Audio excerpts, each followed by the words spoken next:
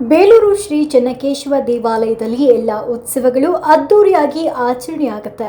ಮುಖ್ಯವಾಗಿ ನಾಡಿನ ದಿವ್ಯ ರಥೋತ್ಸವ ಮುಗಿದ ನಂತರ ರಾತ್ರಿ ಸಮಯದಲ್ಲಿ ನಡೆಯುವ ಅಡ್ಡಿ ಹನುಮಂತೋತ್ಸವ ಎಲ್ಲ ಉತ್ಸವಗಳಿಗಿಂತ ವಿಭಿನ್ನವಾಗಿರುತ್ತೆ.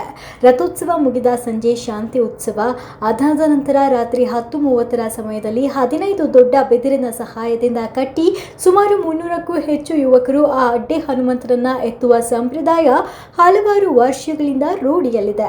ಈ ವೇಳೆ ಮಾತನಾಡಿದ ಅಡ್ಡೆಗಾರರಾದ ಶ್ರೀನಿವಾಸ್, ನಮ್ಮ ಪೂರ್ವಜರಿಂದ ಶ್ರೀ ಚೆನ್ನಕೇಶವ ಸ್ವಾಮಿಯ ಅಡ್ಡೆಗಾರರಾಗಿ ಸೇವೆ ಸಲ್ಲಿಸುತ್ತಿದ್ದು, ಸುಮಾರು 15 ವರ್ಷಗಳ ಹಿಂದೆ ಉತ್ಸವವನ್ನ ಟ್ರಾಲಿಯಲ್ಲಿ ಮಾಡೋ ಮುಂಚೆ ಪ್ರತಿ ಉತ್ಸವಗಳನ್ನ ಬಿದಿರಿನ ಅಡ್ಡೆಯಲ್ಲಿ ಹೊರುವಂತ ವಾಡಿಕೆ ಆಗಿತ್ತು.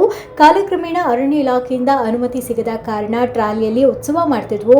ಪ್ರತಿ ವರ್ಷ ರಥೋತ್ಸವ ರಾತ್ರಿ ಒಂದು ಅಡ್ಡೆ ಉತ್ಸವ ಭಕ್ತರ ಹಾಗೂ ದಾನಿಗಳ ಸಹಾಯದಿಂದ ವಿಜೃಂಭಣೆಯಿಂದ ಆಚರಿಸ್ತಾ ಇದ್ದು, ಉತ್ಸವ ನೋಡಲು ರಥೋತ್ಸವದಷ್ಟೇ ಭಕ್ತಾದಿಗಳು ಈ ಒಂದು ಅಡ್ಡೆ ಉತ್ಸವ ವೀಕ್ಷಿಸಲು ಆಗಮಿಸುತ್ತಾರೆ ಅಂತ ತಿಳಿಸಿದರು.